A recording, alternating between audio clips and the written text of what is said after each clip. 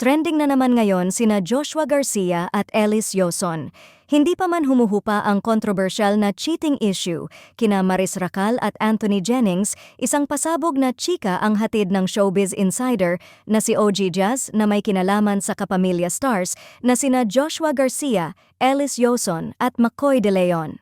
Mukhang naging usap-usapan nga sa social media at entertainment news ang bagong kontrobersyang ito na kinasasangkutan nina Joshua, Ellis at McCoy. Ang momol na binanggit sa chismis kaya tila nadagdagan ang intrigang dala ng isyong ito dahil sa public event na Star Magical Christmas Ball na doon nga daw ito naganap na talagang pinag-uusapan ngayon dahil sa ang nagbigay nga ng impormasyong ito ay si OG Diaz kung kaya't mas lalong umiingay ito ngayon.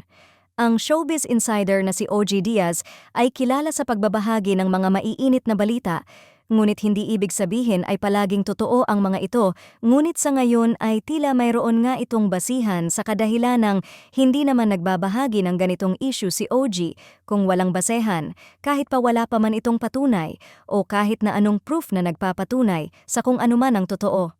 Ayon pa sa ulat ay nangyari nga ang issue na kinasasangkutan nila Ellis at Joshua sa naganap na Star Magical Christmas Ball at doon nga ay may nangyaring hindi kaaya-aya sa dalawa at ang dalawa ay nakitang may ginagawang hindi nga maganda sa mga mata ng mga tao lalo pa nga at sina Ellis at Joshua ay may kanya-kanyang relasyon sa kasalukuyan at may anak na nga din sina McCoy at Ellis. Samantala ang kumakalat naman na issue na ito ay wala pang kumpirmasyon at hindi pa naman napapatunayan, ngunit talagang pinag-uusapan na ito ngayon at hinihintay na nga din ang magiging reaksyon nina Ellis at Joshua patungkol sa issue na ito na kinasasangkutan ng dalawa at kung ano din ang naging reaksyon ni McCoy De Leon sa kontrobersyang ito.